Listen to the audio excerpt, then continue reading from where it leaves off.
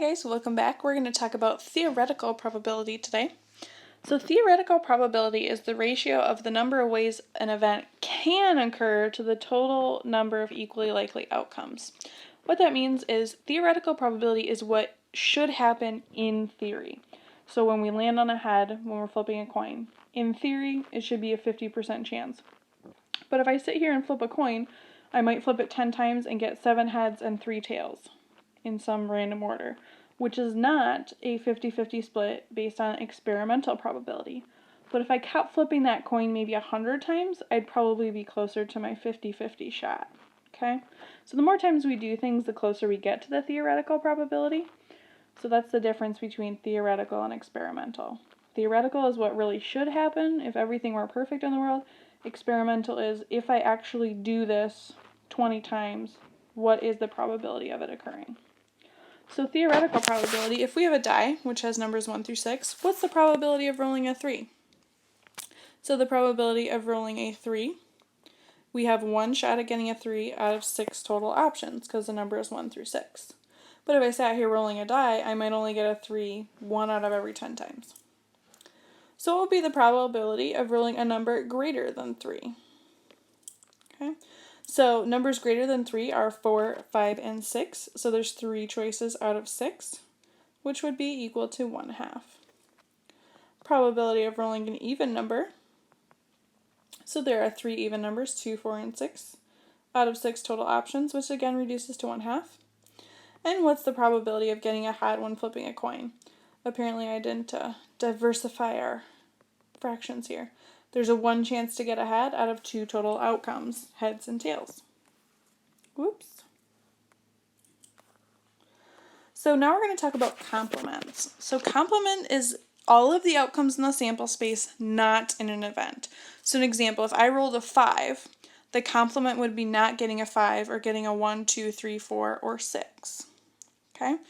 Now complements, when we write a complement, let's say we said the probability of getting a 3. So sometimes they'll say probability of not getting a 3. There'll be a little line over it, or probability of 3 prime with a little apostrophe. Okay? And sometimes if they just want you to find the complement, like if they're saying, oh, event A, they might say event A with the line over it, or event A prime with the apostrophe. Okay? So the next part is we're just going to find the complement. So find the complement of rolling a number greater than 3. Well, that would be, so let's call this event A. So A prime would be rolling a 1, 2, or 3, because 3 is not greater than 3. Or we could say not rolling a number greater than 3. So there's 2 different ways we could write that. Okay, so we can say exactly what it is we could get if we're not in that event, or we could say it's just not getting that. Okay, so of getting a tail, so if we call this event B, so B prime would be heads.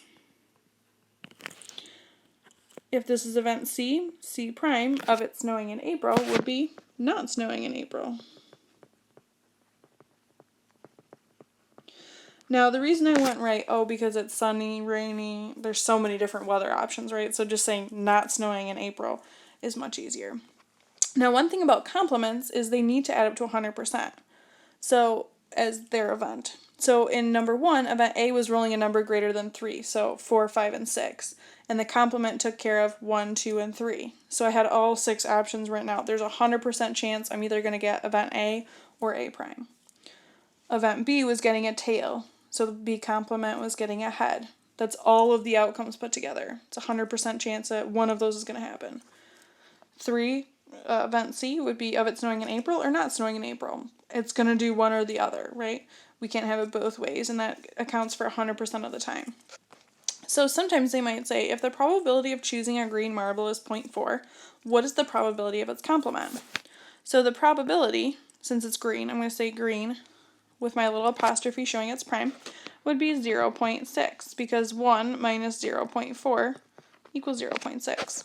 Or if this had said 40%, then I would have said, well, 100% minus 40% would give me 60%. I'm going to have the same type of outcome. Okay? I hope this helps. Theoretical probability is a little bit different.